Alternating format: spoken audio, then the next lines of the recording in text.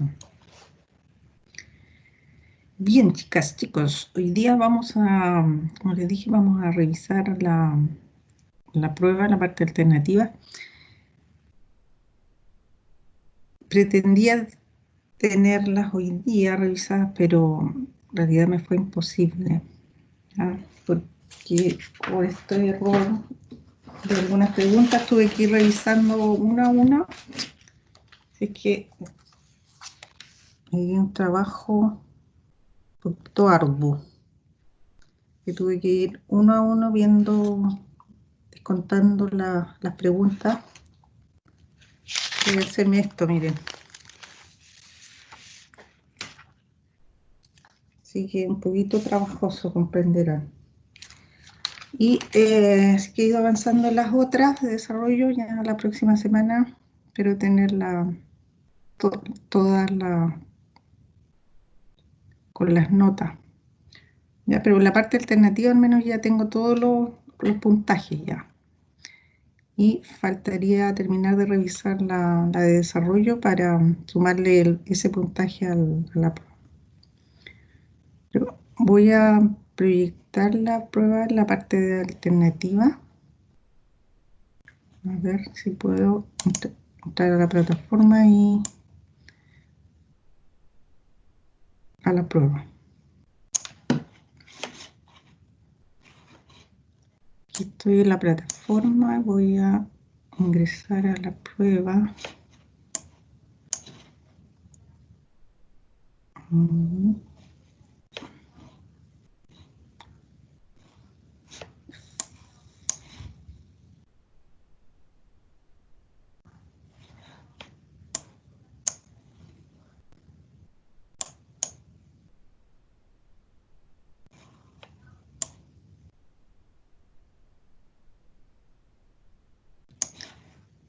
Ya, ahí está. Voy a compartir. A ver.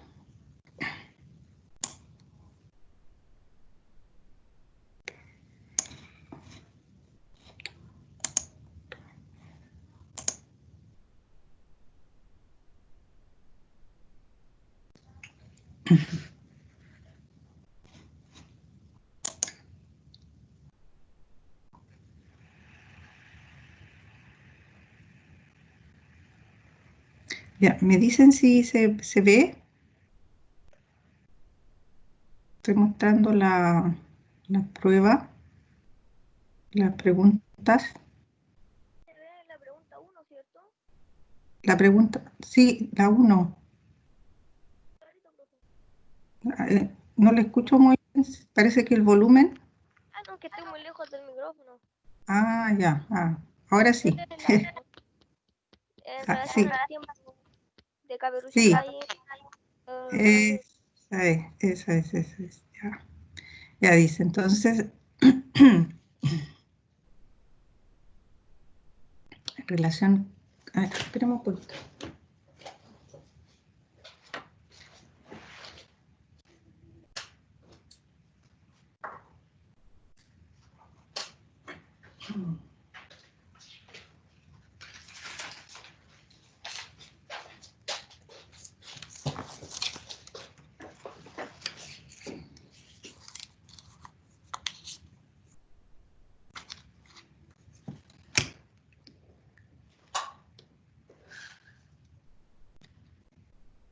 Ya.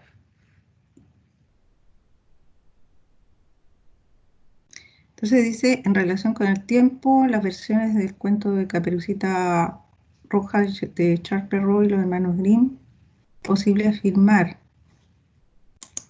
que las acciones se cuentan en un tiempo cronológico lineal, con raconto, con premonición, in extrema res o in media res.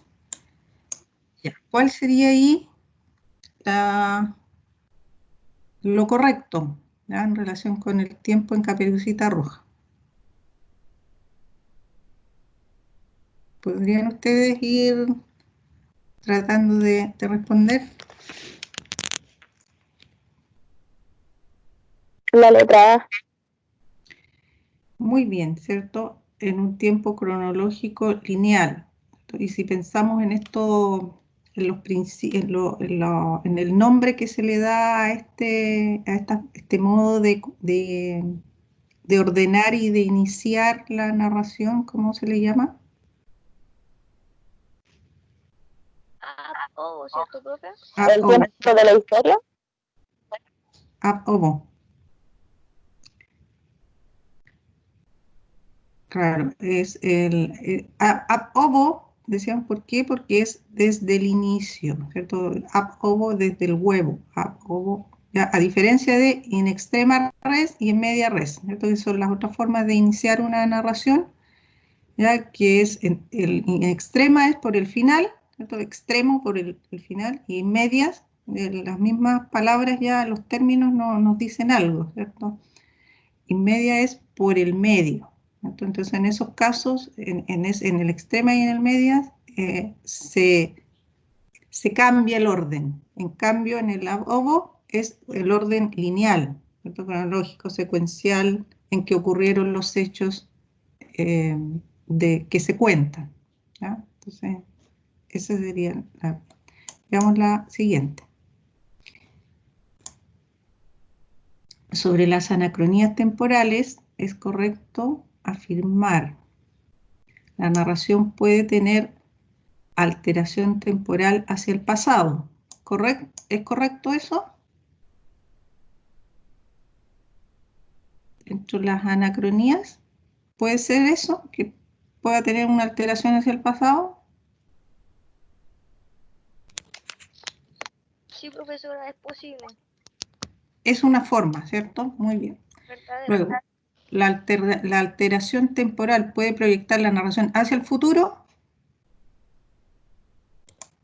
Si se puede viajar al pasado, también se puede viajar al futuro. También al futuro, ¿cierto? También. Veíamos las dos formas, ¿ya?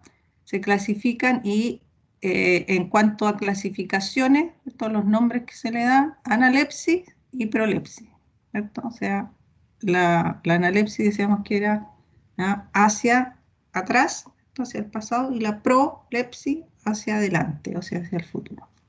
También, ¿no? Es correcto. La alteración temporal es cronológica y secuencial. Si hablamos de alteración,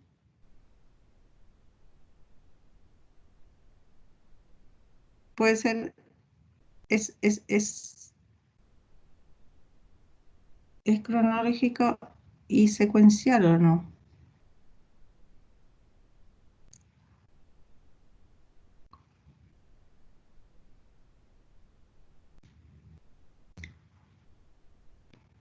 Porque si se altera, sería ya no sería secuencial, cronológica secuencial, ¿cierto? Estamos alterando esa linealidad cronológica, ¿no? Que es la de la historia, ¿cierto? Ese tiempo de la historia que es cronológico, que es secuencial, ya lo alteramos, ¿cierto? Entonces ya no es secuencial. Fija por qué se desordena, ¿ah?, la acción. Entonces no podemos hablar de alteración secuencial porque es una contradicción. ¿Fija? Entonces esa no es correcta, ¿ya? Por lo tanto son las 3, la 1, la 2 y la 3 las que son las correctas, ¿no? En este caso es la E. Veamos la siguiente. Dice, 3 géneros considerados literarios no ficcionales son: novela, poesía, biografía, ensayo, novela histórica y crónica, ensayo, historiografía y crónica, ensayo, crónica, géneros biográficos, digo, y ensayo, diario de vida y noticia. Allí, ¿cuál sería la correcta?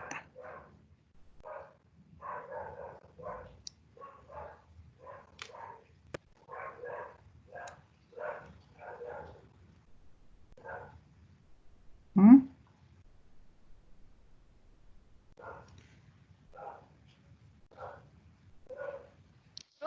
la E. Usted dice que es ensayo, diario de vida y noticia. ¿Sí? ¿Ya? Fíjense que estamos hablando de géneros literarios. ¿Ya? Literatura. La noticia no está considerada dentro de la literatura, es un género periodístico. ¿Ya? Eh, un texto informativo, cumple una función, es un texto funcional, ¿ya? No es un texto literario, no está dentro de la dimensión literaria y artística, ¿cierto? Que tiene el texto, que tienen estos textos.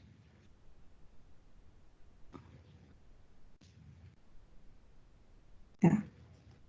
¿Alguien tenía otra respuesta a esta alternativa, a esta pregunta? Yo tenía la letra B. Usted tenía la letra D, que es ensayo, crónica, género biográfico, ¿cierto? Exactamente, ¿no? Como vimos en clase, en esta comparación que yo les hacía, cuando les decía que no había un consenso en cuanto a considerar si solamente dentro de lo que se consideran los textos literarios están textos ficcionales, ¿ya? O también podemos considerar textos no ficcionales, ¿cierto? No hay un consenso absoluto entre los estudiosos y entre los escritores, ¿ya? Pero ha habido una tendencia, decía, últimamente a considerar también como textos literarios ¿cierto? Algunos géneros que no son ficcionales, que no se consideran textos ficcionales a diferencia de la novela, del cuento, ¿ya? De la poesía, que sí los consideramos ficcionales, ¿cierto? Porque hay invención, ¿cierto? En ello. En cambio, hay otros géneros que no son ficcionales, puesto que se rigen más bien por historias que tienen que ver con hechos ocurridos, ¿ya?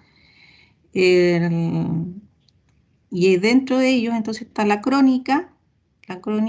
¿ya? Que cuenta efectivamente situaciones, hechos que le ocurrieron a quienes escriben, ¿ya? Que efectivamente sucedieron y también en el género biográfico, ¿cierto? Puesto que en ese caso se cuentan historias propias o de otros, propias si son autobiográficas, ¿cierto? Si son de otros, ¿cierto? Biográficas, ¿ya? Y el testimonio también decíamos que puede considerarse dentro de estos géneros biográficos, ¿cierto? Que hablan de la vida de personas, ¿ya?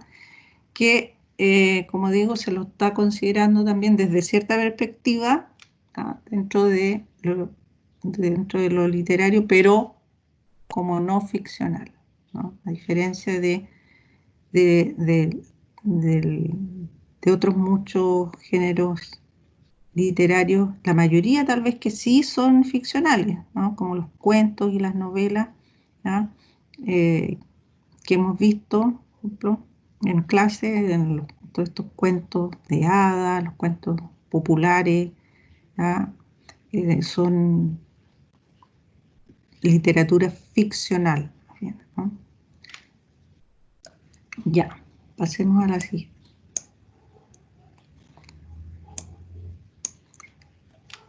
La 4. Dice que una obra sea polisémica en su conjunto, ¿no? Significa que contiene palabras que tienen distintos significados, puede relacionarse intertextualmente con otras obras, puede tener distintas versiones o reescrituras, puede leerse en ella distintos significados o sentidos y los personajes son redondos. Aquí corresponde el término polisémico cuando lo aplicamos a una obra en general, una obra literaria. ¿Mm? cuál de estas correspondería a ese concepto, ¿no? En relación con las obras.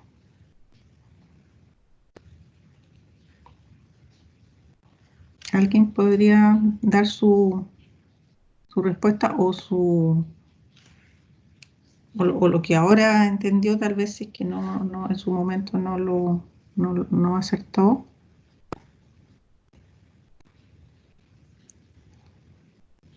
La letra D. La letra D, ¿cierto? Bien. Puede leerse en ella distintos significados o sentidos. Eso es la polisemia, ¿cierto? Decíamos que viene de poli, de varios, muchos, y semia de significado, ¿no? En relación con que la obra puede tener, ¿cierto? Está abierta a una posibilidad de distintos significados y por lo tanto abierta a la interpretación, ¿cierto? Podemos interpretar distintos sentidos, ¿ya? En una obra puede leerse de distinta manera una obra literaria, ¿cierto? Esa es la idea. Luego dice, los tres grandes géneros literarios considerados ficcionales son, ahora pasamos a los ficcionales, ¿eh? Aventuras cotidianas, los tres grandes géneros, ¿no? Cuentos de hadas y fábula, narrativa lírica y dramática, narrativa lírica género autobiográfico, maravilloso, realista, mítico, novela, cuento, épica.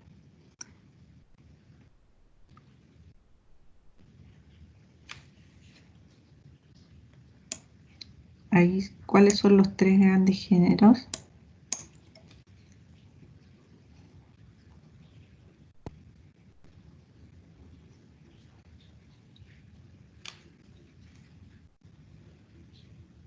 La, a ver, la B.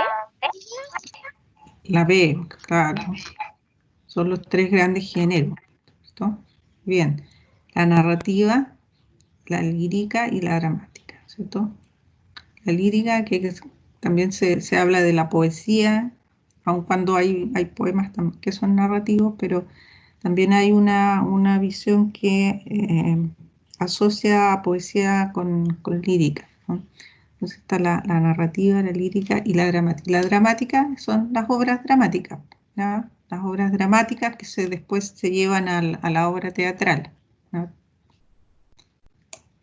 Los tres grandes géneros literarios. Ficcionales. Ya.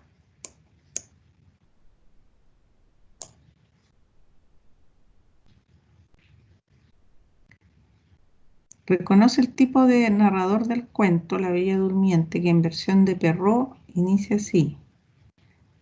Había una vez un rey y una reina que estaban tan afligidos por no tener hijos, tan afligidos que no hay palabras para expresarlo. Fueron a todas las aguas termales del mundo, votos, peregrinaciones, pequeñas devociones, todo se ensayó sin resultado. El narrador de este cuento, ¿de qué tipo es? Omnisciente en primera persona, en segunda persona, en tercera persona, testigo en segunda, protagonista en tercera. La letra C. La letra C, exacto, ¿no? Omnisciente en tercera persona. Muy bien. ¿Cierto? Que es un narrador que suele estar presente en estos cuentos, ¿no? En los cuentos populares, los cuentos de hadas, encontramos por lo general este tipo de narrador, ¿no? Un narrador omnisciente y que por ser un narrador que está fuera de la historia, ¿cierto? Por no ser un personaje, cuenta la historia en tercera persona, ¿no? Habla de un él, de un ella, ¿no? De lo que le pasa al personaje. En este caso, la historia de ella, la historia de Bella Durmiente. Muy bien. Bueno, aquí viene el desarrollo. Que el lenguaje humano sea polisémico significa que acá hablábamos del lenguaje, a diferencia de la otra pregunta que se hablaba de la obra, ¿cierto? De la obra en su conjunto, ¿sí? El lenguaje humano, ¿no?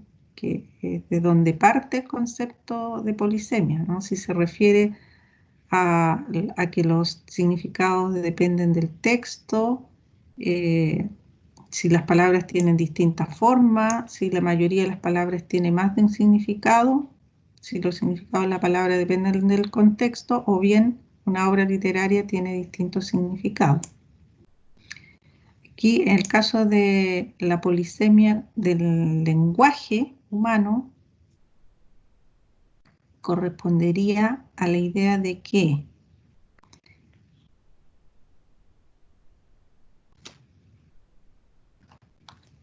es de donde se parte, ¿no? De la idea de polisemia.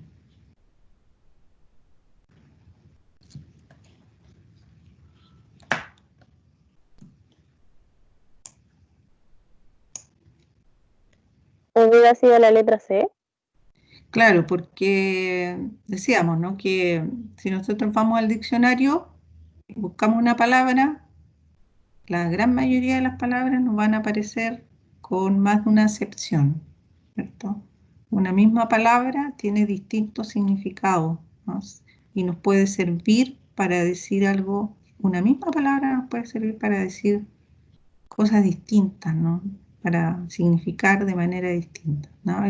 Y eso es el principio de la economía del lenguaje. Entonces, usar una palabra, así como podemos usar una herramienta para varias cosas, esto lo multiuso, una palabra es multiuso, ¿no? Puede servir para decir distintas cosas. Y el significado que va a tener ese término, ¿cierto? Va a depender, que ya es otra cosa, va a depender del contexto, ¿cierto? De la frase, de la situación en que estemos hablando, ¿no? Pero el principio básico es que las palabras tienen distintos significados, ¿no? Esa es la polisemia, diversidad de significados.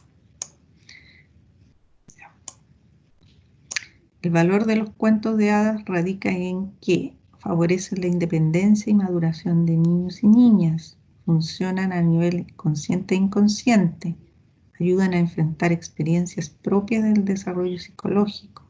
Su efectividad radica en ser relatos de calidad literaria y su efectividad radica en la moraleja explícita contenida en el relato.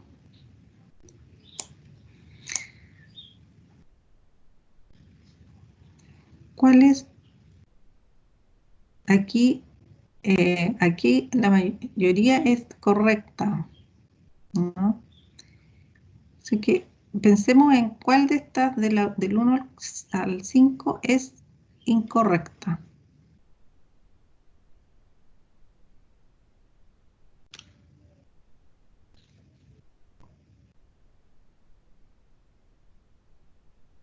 ¿Cuál habría que descartar aquí?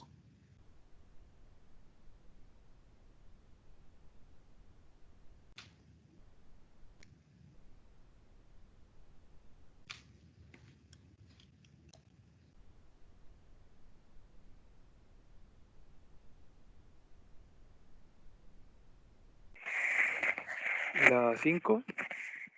La 5, ¿cierto? Muy bien. La 5, que dice su efectividad radica en la moraleja explícita contenida en el relato, ¿no? Y aquí, estas dos, entonces está entre estas dos. Entonces, ¿en qué radica su efectividad? ¿Radica en que sean relatos de calidad literaria o en la moraleja explícita? Bettelheim nos dice, ¿no? Decíamos, y hemos hablado mucho también insistiendo sobre la calidad de los textos, ¿cierto? La necesidad de que los textos literarios que leemos, que damos a leer a los niños, ojalá sean textos de calidad literaria, ¿no? Una calidad estética, y no solamente un texto o necesariamente un texto que enseñe algo, ¿ya? Por lo tanto, y menos con una moraleja explícita. No es necesario que un cuento tenga una moraleja explícita y no todos lo tienen. Veíamos cuando comparábamos los cuentos de Perrault y de los Grimm, que Perrault le agrega una moraleja, ¿cierto? Pero los Grimm no le agregan esta moraleja explícita, ¿ah? Puede tener una moraleja implícita, tal vez un texto, ¿ya? pero de todas maneras no se reduce a la moraleja, ¿no? Porque la literatura, insisto con lo de la polisemia, ¿no? Está abierta a la significación, por lo tanto, la idea no es reducirlo a un sentido solamente. Y Bettelheim nos dice precisamente cuando él nos habla del valor de los cuentos de hadas, que este radica en que, ¿por qué son efectivos finalmente? Porque los niños aprenden implícitamente, aprenden inconsciente, leen a un nivel consciente, pero también a un nivel inconsciente, y esa efectividad que tienen estos cuentos radica en que son buenas historias, que están bien escritos, ¿ya? Y entonces los niños leen con gusto y siguen una narración, ¿ya? Que les resulta atractiva justamente porque es un texto de calidad, ¿ya? Por cómo está escrita, ¿ya? Porque consiguen atraer la atención y al mismo tiempo porque tienen profundidad en términos de sentido, ¿ya? Por eso también los ayuda en su desarrollo psíquico, ¿ya? A enfrentar situaciones, ¿ya? Pero eso es posible justamente, como enfatiza Bettelheim, no porque les enseñe algo directamente con una moraleja, ¿no? Sino por la historia misma, por cómo está contada, entonces por su calidad, ¿ya? Ya.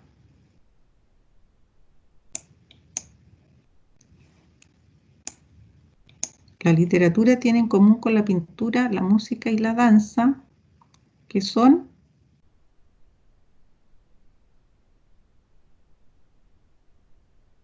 las tres. Lo que tiene en común la literatura es, al igual que la música y que la danza, las tres son... Las ¿Mm? tres son La D, artes, ¿cierto? Exacto, ¿no?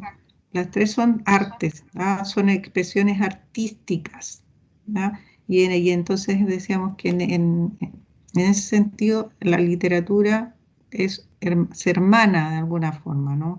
Se acerca, está dentro de este grupo de las artes, ¿ya? Como esta y otras más, ¿no? Otras más, otras artes más. En el cuento La Bella Durmiente, la versión de Perrault,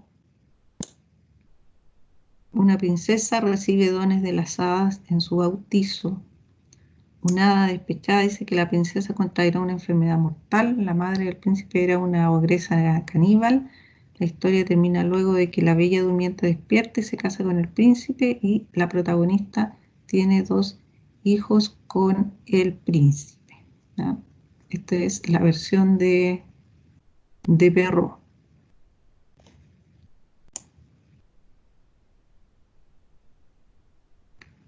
Ya, la primera es, la princesa recibe dones de las hadas en su bautizo, ¿es correcto?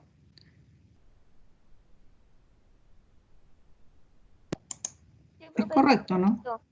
Correcto, ¿cierto? Recibe dones de las hadas. Una hada despechada dice que aquí hay un matiz que marca una diferencia, ¿m?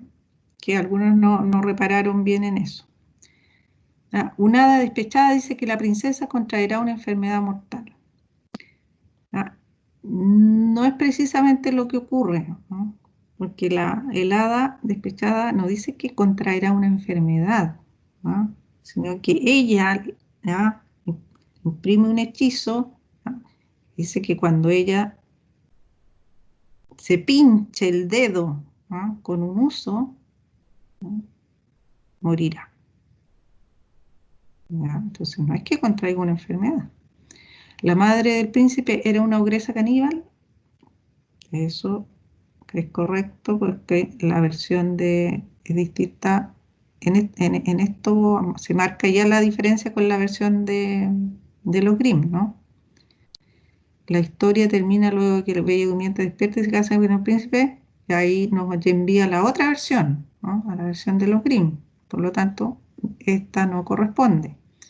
Y la protagonista tiene 2 hijos con el príncipe, también es parte de la versión de Perrault, ¿ya? ¿Cierto? Entonces tenemos que la correcta la 1, correcta la 3 y es correcta la 5. ¿Ya?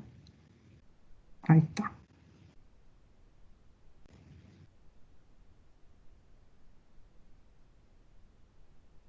Bien, pasemos. Alguna diferencia entre la historia de la Cenicienta de los Grimm y la de Perrault son que en la versión de los Grimm, Cenicienta es ayudada por su hada madrina, las hermanastras se cortan los pies para calzarse el zapato, las hermanastras son perdonadas por Cenicienta, los pájaros ayudan a Cenicienta. Es ayudada por su hada madrina en los Grimm. ¿Existe una hada madrina en los Grimm?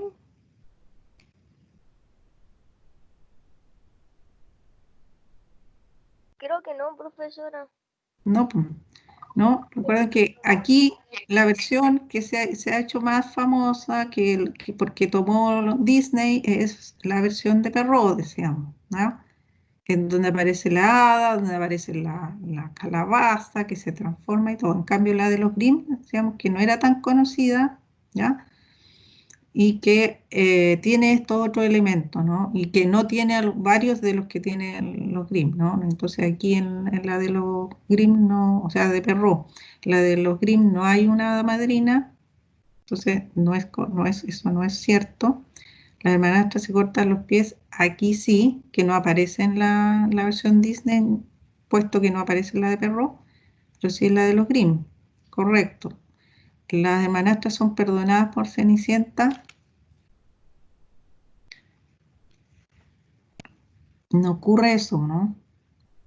En la versión de los Grimm, a diferencia de Perrault. En Perrault, la Cenicienta sí, las hermanas son perdonadas, se casan, en fin, quedan y punto. En cambio acá, no, ¿no? Sino que reciben su castigo, más bien.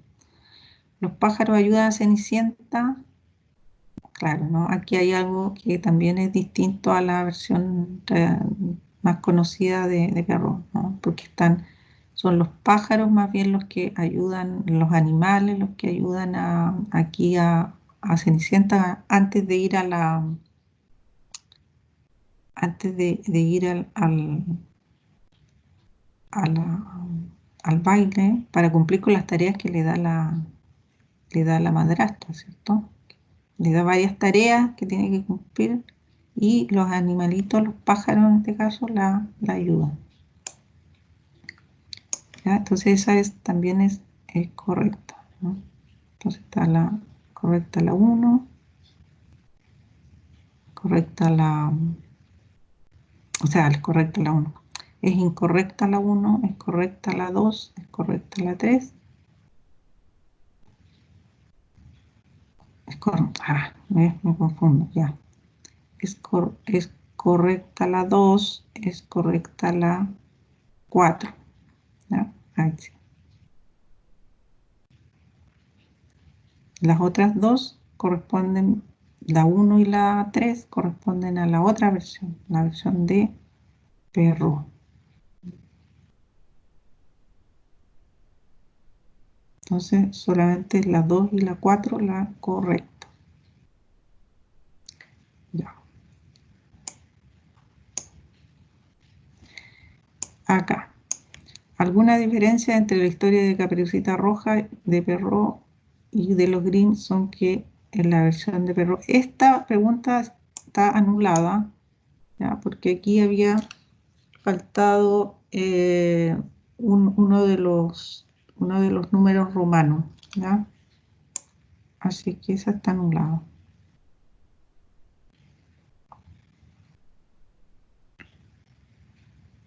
En todo caso, aquí la idea era que en la versión de Perrault no había moraleja. La versión de Perrault sí hay moraleja, quiero decir.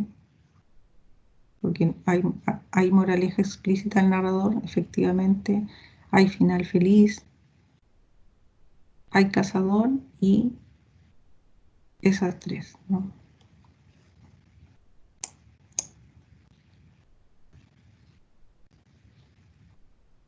Sobre Charles Perrault y los hermanos Grimm son correctos los siguientes enunciados.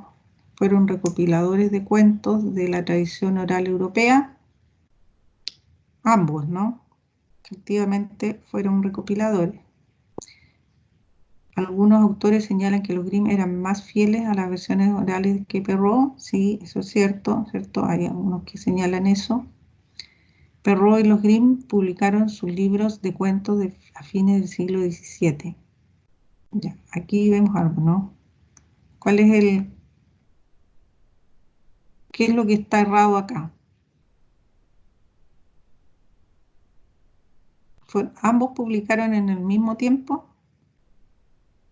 No, profe, porque el Ferrol como de 1600 y los otros Claro, caballeros, los Grimm son como de 1700, 1800, así que 1800, hay claro, como, siglo hay como 100 XVI. años de diferencia. Exacto, mucho, mucho, ¿cierto? Sí, pues Perrault es de fines del 17 y los Grimm son del 19. Sí, hay esta diferencia. Las versiones de los Grimm incorporan una moraleja explícita después de la historia. Eso ya lo había dicho anteriormente, ¿cierto? Que el que incorpora las moralejas explícitas al final, ¿cierto? Como un agregado, es Perrault. Y son en verso. ¿Mm? Algunos cuentos en común son Caperucita Roja, Bella Durmiente y La Cenicienta. Bueno, eso los leyeron ustedes, así que sabemos que efectivamente son cuentos en común, ¿no? Por tanto, aquí está bien la 1, está bien la 2, la 3 no,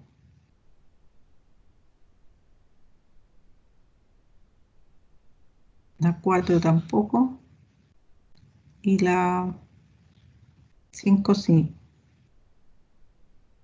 Entonces, está bien, ¿no? 1, 2 y 5. Ahí está.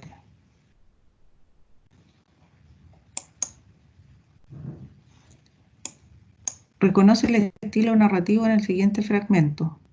La tarde del día en que su padre se negó a comprarle un libro, Matilda salió sola y se dirigió a la biblioteca pública del pueblo. Al llegar se presentó a la bibliotecaria, la señora Phelps. Le preguntó si podía sentarse un rato y leer un libro. La señora Phelps, algo sorprendida por la llegada de una niña tan pequeña sin que la acompañara ninguna persona mayor, le dio la bienvenida. ¿Ya? Es un fragmento de Matilda de Roald Dahl. Allí el estilo, ¿cuál es el estilo que se usa?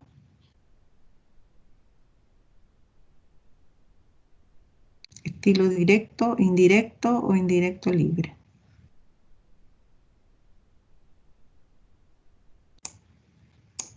Díganme ustedes. ¿Lo reconocieron?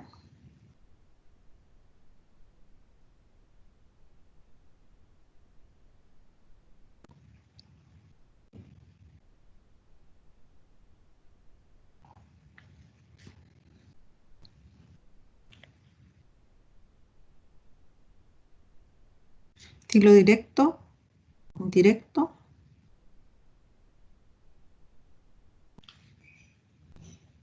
Estilo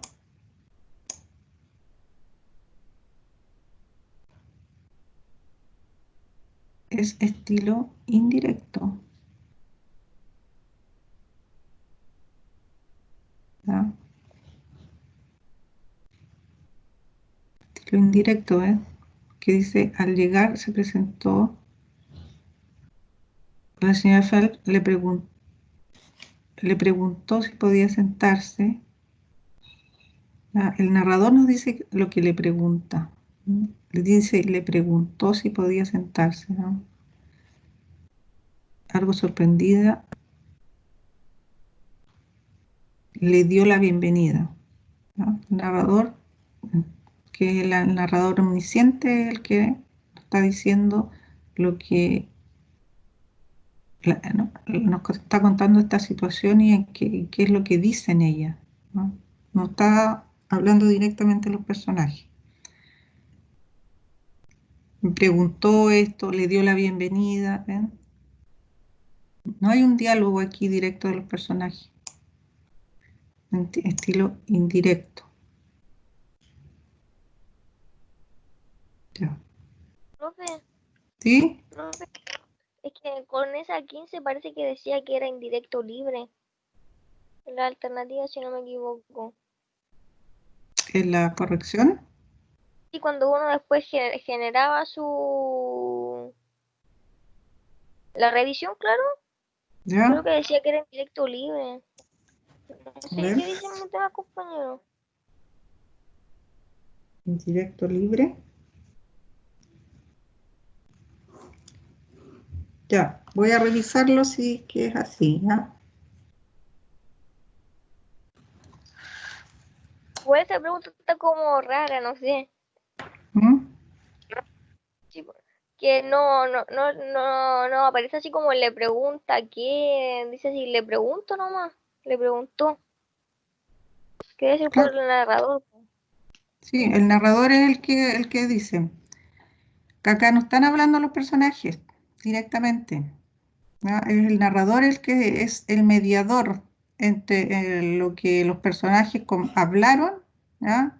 El narrador es el que lo está transmitiendo, pero eso es un estilo indirecto. Claro, le dio la bienvenida, nos está diciendo, pues si lo pensamos como estilo directo, sería que los personajes hablen y podría haber dicho algo como eh, y usando las marcas, ¿no? La raya en este caso sí es un diálogo, ¿no? Que Matilda dijera, eh, ¿puedo sentarme un rato a leer un libro? Imaginémonos un diálogo entre los personajes, ahí habría un estilo directo, ¿no? ¿Puedo sentarme a leer este libro? ¿No? Y la señora Fern le da la bienvenida, ¿no? Eh, bienvenida a la biblioteca, ¿no? Pequeña, algo así, ¿no? Fijan, un diálogo, pero aquí es el narrador el que nos está No, pero transmitiendo. mirándolo bien, no, está bien lo que aparece, que dice indirecto, porque no hablan Sí, los personajes, no está bien, profe, no sí, esto. sí, ya, ya, vamos al siguiente. Ya, pero voy a mirar eso que me dijiste, ¿ah? A ver si está así, en la prueba, de nuevo.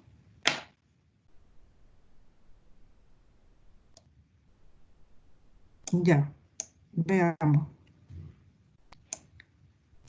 La diferencia entre el tiempo del relato y tiempo de la historia radica en qué. El tiempo de la historia estético y el tiempo del relato cronológico. El tiempo de la historia responde a una organización desde perspectiva artística, el del relato en función de lo lineal y progresivo. El tiempo de la historia desarrolla la narración de forma cronológica y el del relato organiza la narración en función de lo artístico y estético. La historia desarrolla la narración de forma cronológica y el del relato es de carácter lineal. Tiempo de la historia es igual al tiempo del relato.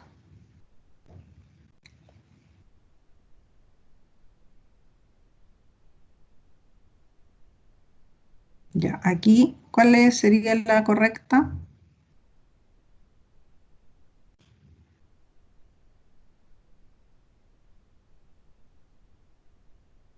Hablábamos anteriormente del tiempo, ¿no? De la historia y del relato. La C, profesora. Claro, ¿cierto? La historia es la narración en forma lineal, ¿no es cierto? Cuando hacemos el argumento de un cuento, nos referimos a este tiempo, ¿no? Hablamos de lo que pasa desde el comienzo hasta el final.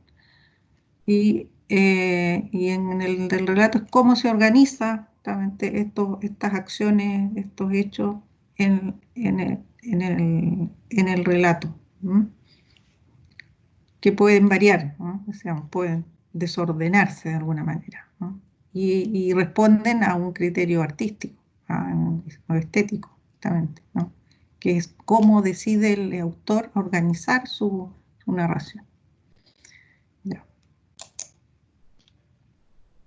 Que en las obras literarias está presente la función estética, quiere decir que se llama la atención sobre el emisor del mensaje, destacar la expresividad, se llama la atención sobre el mensaje, la forma en cómo está escrita la obra, son textos de género lírico, textos está presente lo bello, las obras usan figuras retóricas. Ya, acá sería...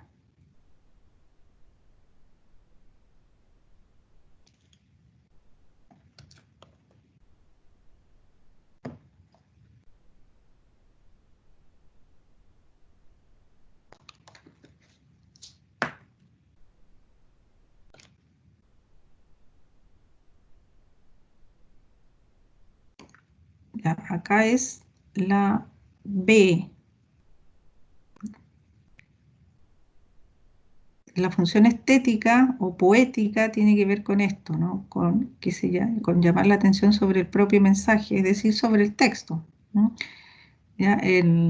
No sobre el emisor, ¿no? Que es otro factor de la comunicación. El emisor es el que emite el mensaje, ¿no? No, aquí en la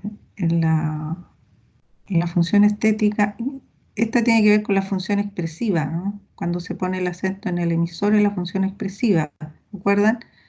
En la función, cuando eh, se habla de los factores de la comunicación, las funciones de la comunicación, la función apelativa, llama la atención sobre el destinatario. En cambio, la función estética es sobre el propio mensaje, sobre el propio texto, sobre el propio escrito, en este caso, sobre la propia obra literaria, ¿ah? Y por lo tanto es en la forma como está escrita esa obra, ¿no? Esa es la función estética o poética, ¿ah? Por eso es que decíamos que lo que marca la diferencia en términos de calidad entre una obra y otra no es el tema, es decir, no es sobre lo que cuenta, sobre lo que hable, no son los temas, sino que es cómo se escribe la obra, cómo se cuentan, en un caso de una narración, una historia, ¿no? Eh, Cómo está escrito el texto. Entonces, eso es la función estética. ¿Qué podemos inferir respecto al espacio narrativo en este fragmento? Por la noche, cuando estaba cansada de tanto trabajar, esta está anulada, ¿ya? Está anulada, faltaron los romanos acá, faltaron los números romanos. En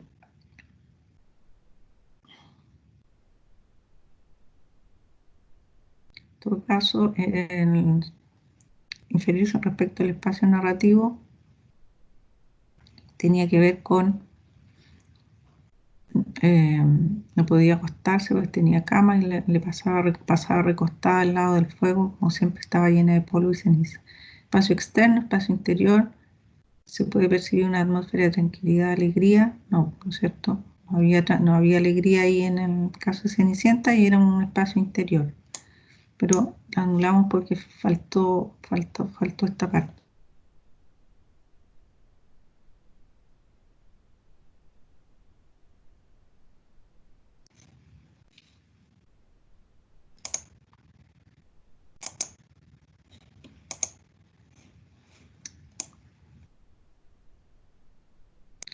Reconoce la perspectiva, focalización y el narrador en el siguiente fragmento. Hay amores que matan, Se los digo con una pata en mi corazón. Hubiese preferido ahorrarme el dolor y este agujero que siento en el pecho y me tiene suspirando como si me faltara el aire. La historia que quiero contarles es otra, tiene que ver conmigo. ¿Ya? Es del cuento Amores Perro de Sara Bertrand de la antología que yo les había entregado. ¿Ya? Y aquí la focalización es una focalización interna y el narrador es protagonista, ¿cierto? Aquí habla el protagonista, que es un perro, ¿ya? Que es el que cuenta la historia, y habla desde su perspectiva, ¿ya? Interior. Tanto es esa.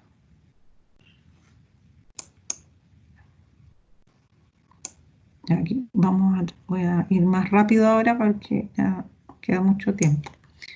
Reconoce el estilo narrativo de la oración subrayada en el siguiente fragmento. No le gustaban los libros en que con el mal humor y de forma vinagrada se contaban acontecimientos totalmente corrientes de la vida totalmente corriente de personas totalmente corrientes. De eso había ya bastante en la realidad. ¿Por qué había que leer además sobre ello? Ya, aquí estamos frente a un estilo indirecto libre, ¿ya? Puesto que está en lo subrayado, dice, ¿no?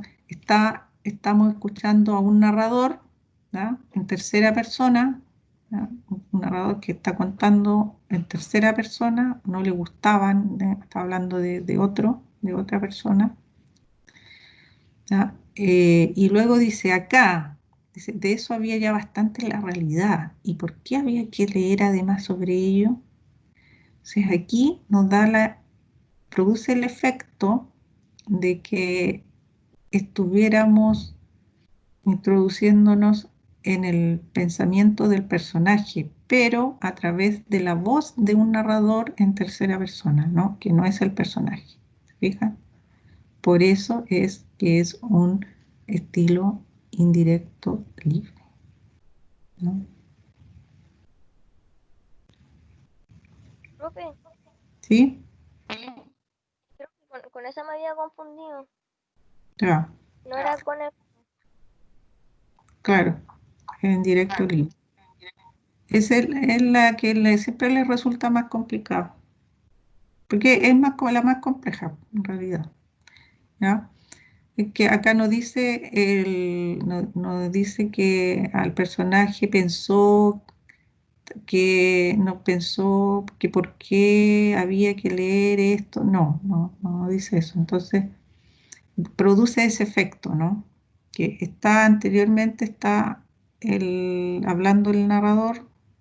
Y de hecho aquí en todo esto es la voz del narrador en tercera persona, pero produce ese efecto, ¿no? Porque no hay una introducción de esto con un verbo de dicción ni un verbo de pensamiento, ¿no? Se dice, ¿por qué había que leer además sobre eso, sobre ello? Da la idea de que fuera un pensamiento del personaje, pero tenemos la voz de un narrador en tercera persona, ¿no? Que no es el personaje. Por eso el estilo es directo libre.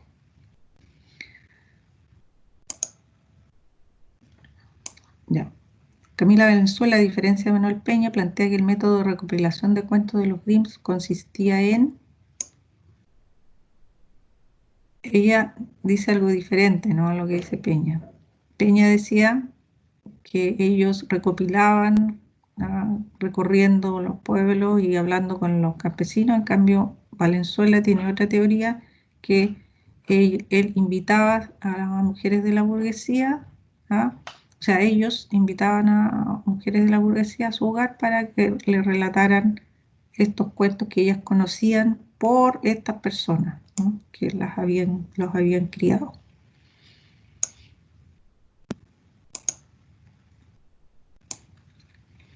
En literatura, los personajes tipo corresponden a personajes que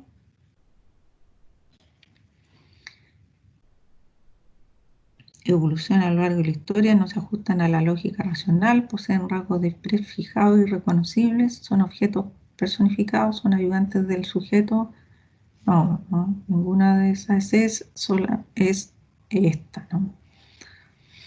todas las otras responden a otros tipos de personajes, ¿no? El personaje, este personaje estático, dinámico, eh, es un personaje realista, el segundo, este corresponde a personajes inanimados, ayudantes del sujeto, corresponde a las funciones de Gray Mass, ¿no? Como personajes ayudantes. Y poseen rasgos prefijados y reconocibles, es el personaje tipo, ¿no?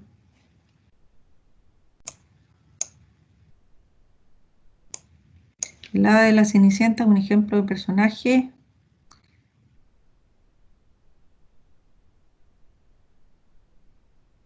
no es secundario, sabemos que es un personaje protagónico, por lo tanto o sea, estaba pensando en la Cenicienta, el hada de la Cenicienta. Sabemos que es un personaje secundario, no un personaje protagónico, ¿no? Es un personaje secundario, ¿ya? Porque la protagonista aquí es la Cenicienta, ¿cierto? Personaje secundario es un personaje plano, ¿no? Personaje que es un personaje tipo, ¿cierto? Personaje tipo del hada y de fantasía también, obviamente, ¿no? Por tanto, es esto, personaje secundario, plano y de fantasía.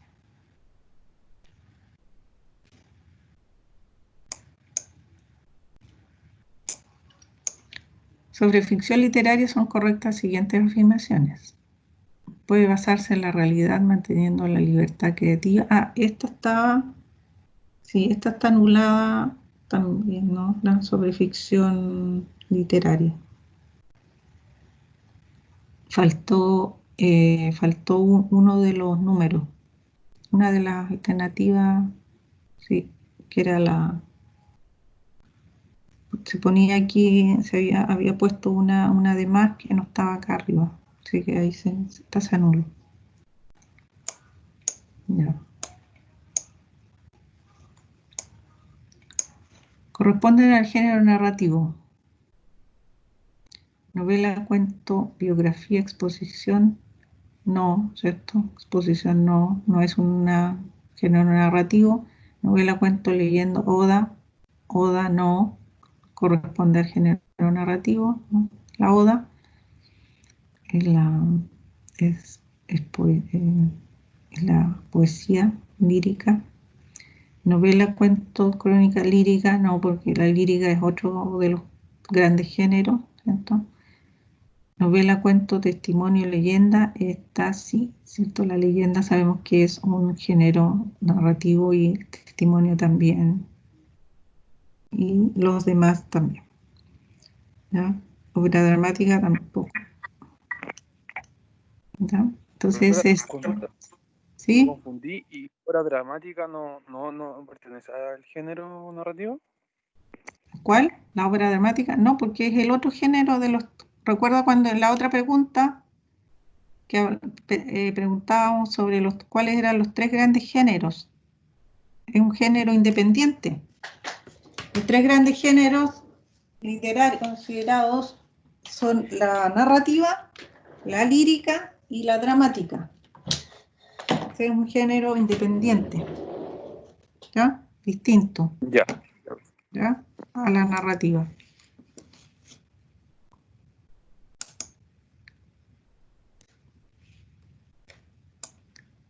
Lee el siguiente fragmento del cuento Caperucita, dice de los hermanos Grimm, luego contesta la pregunta. Dime, Caperucita, ¿dónde vive tu abuela? Hay que caminar aún un buen cuarto de hora por el bosque, porque su casa se encuentra bajo las tres grandes encinas. Debajo están también los avellanos, pero eso ya lo sabrás. Espacio narrativo se caracteriza en las palabras y frases subrayadas. Entonces aquí habla del bosque, de la casa, ¿ya? Por lo tanto, es un espacio evidentemente físico, ¿no? Hay una descripción del lugar, nada más. reconoce tipo de narrador en el siguiente fragmento. Cerca de mi casa vivía un ex mago, un ex ilusionista y escapista de fama mundial llamado Harry Houdini, Gran Houdini. Ahora estaba retirado, viviendo tal vez sus últimos años. Nadie sabía por qué llegó a vivir justamente a nuestro barrio. En esa época éramos muy amigos, éramos niños. Parecía que todos, excepto algunos, los menos, eran felices. Excepto Mr. Houdini, el escapista, que caminaba muy serio, como si fuera a un velorio. Del cuento Harry Houdini en el barrio de Sergio Gómez, también de la antología que ustedes tenían, ¿ya? Entonces aquí estamos en presencia de un narrador, ¿de qué tipo? Fíjense que cuenta la historia de quién. Es un narrador testigo, porque como que de todo lo que habla, habla de Harry Houdini y no habla de su vida. Exacto, ¿cierto? Claro. Y él efectivamente era testigo de la historia, ¿no? De él, por lo que él vio y por lo que supo, ¿no? de este personaje. Entonces es un narrador testigo, efectivamente.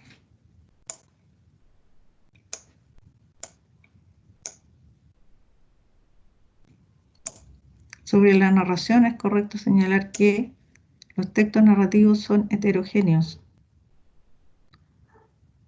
La narración es exclusiva de la literatura. Es posible encontrar narración en la pintura. Todos los pueblos han tenido y tienen narraciones. La primera, los textos narrativos son heterogéneos. Correcto, ¿no? Efectivamente, son heterogéneos. Decíamos que en un texto narrativo podemos encontrar diálogo, podemos encontrar a veces argumentación de parte de algún personaje o del mismo narrador, podemos encontrar descripciones, ¿ya? Entonces, hay secuencias de distintos tipos dentro de un texto narrativo. La narración es exclusiva de la literatura, veíamos que no, porque también hablábamos de que pudiera haber textos, o sea, narración en otra forma, ¿ya? En otros discursos. El- la misma lo que viene a continuación viene a reafirmar esto, ¿no? Es posible encontrar narración en la pintura, correcto, ¿no? Decíamos que hay algunas pinturas que tienen secuencias narrativas, ¿no? También hay textos no literarios en que hay la narración, ¿no? Una noticia puede constituir una narración también, pero sin ser literatura, ¿no? Por eso que no es exclusiva de la literatura. ¿No? Un humorista, ¿no? Puede contar una historia, ¿no? Todos los pueblos han tenido y tienen narraciones, efectivamente, ¿no? Todos los pueblos han tenido y tienen narraciones. Entonces, la 2 no corresponde, se elimina la 2, no es exclusiva de la literatura. Eso. En cambio, las otras son heterogéneos. Se encuentra la pintura, sí, y todos los pueblos tenidos. Entonces, la 1, 3 y 4 son correctas, ¿no?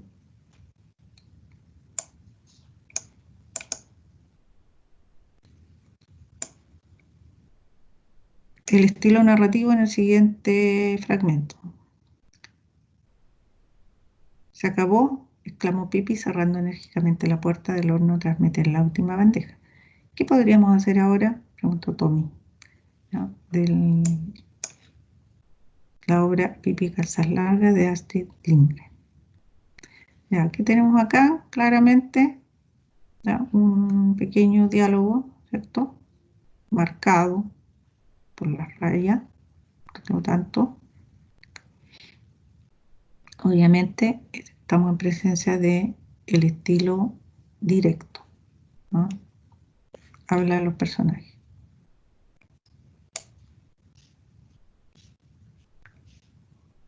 Ya, y ahí llegamos al final, ¿no? La última pregunta.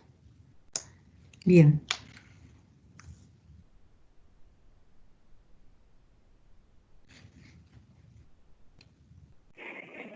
Profesora, entonces esas tres se eliminan y Claro, entonces esas tres preguntas se eliminan, entonces en vez de que sean un total de 29, van a ser 26 y en base a eso debería haber un alza, ¿o cómo va a ser eso?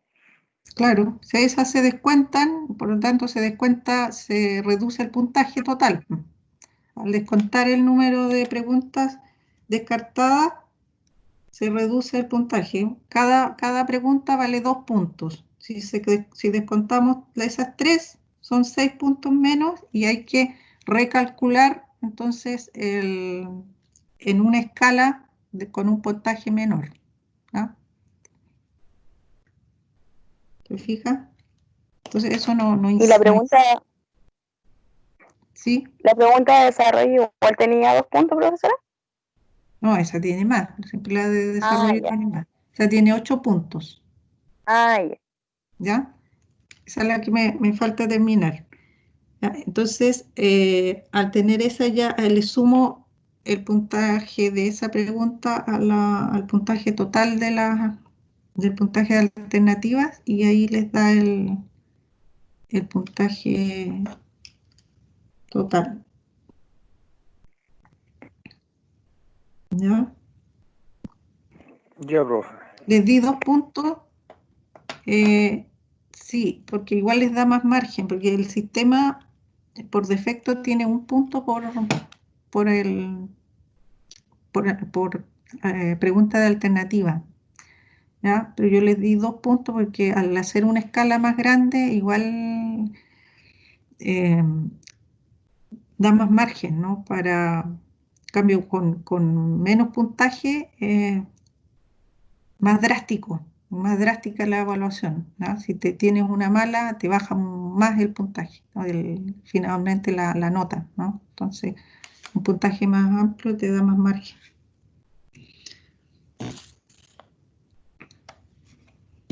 ¿Es Ya. al 70 o al 60, profesora, o sea, para evaluar la prueba? Sí, yo les doy el 65 a las pruebas, a los trabajos el 70. Sí, Ah, ya. sí, yo a las pruebas les doy un poco menos, sí que a los trabajos. Y lo otro que le quería preguntar, por ejemplo, en la clase anterior usted dijo que no iba a dar décima o algo así por haber enviado algunos trabajos. Sí, eso sí, esa también tengo que agregarlo. Por eso igual se hace más lento porque hay que después, después de ver el puntaje por cada uno, tengo que sumarles el puntaje de las tareas de la plataforma que ustedes enviaron, ¿ya? Así que ahí tengo que hacer el registro y ir chequeando todos los enviados y después sumarle el puntaje a la prueba, ¿ya?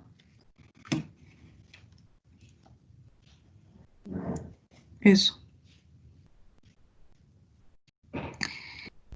Ya, eso. Quedamos entonces acá. Mañana tenemos tenemos reunión de la práctica, ¿cierto? Con algunas personas. A las personas que le envié la revisión aprovecho de decirle, le envié la revisión y le voy a enviar una más a otra persona, ¿ya? La idea es que nos podemos juntar con esas personas, ¿ya? Mañana. Entonces vamos a empezar a hacer ya reuniones más con grupos más pequeños para ir revisando las planificaciones, ¿ya? La primera planificación, ¿ya? Entonces, mañana me juntaría con un grupo y la próxima semana les voy a también ir informando con qué personas me juntaría, ¿ya? Y en qué horarios.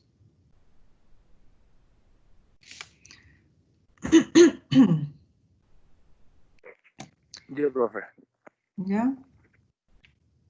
Bien, entonces, ¿tienen alguna consulta o otra pregunta? vamos a quedar acá. Profe, ¿No? ¿cuántas? Yo contaba como 4, creo que eran como las que habíamos descartado. Bueno, que usted me señaló una hora que tengo que revisar, que tendría que No, mirar. profe, ¿Ah? creo que no hace falta revisarla, es que me confundí con esa, con la que usted tiene aquí, la 29. Ah, entonces, Me traspapelé. Me confundí. se confundió ya. Claro, no, pero al final creo que son 3 solamente. Sí. Sí, no, entonces serían 3, pues. Sí, ya. Estamos bien, entonces.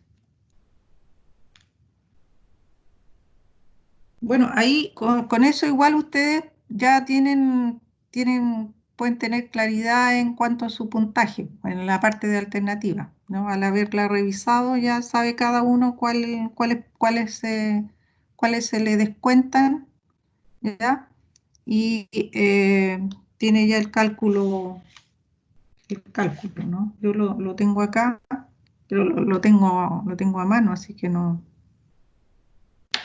tengo que después hacerlo, traspasarlo.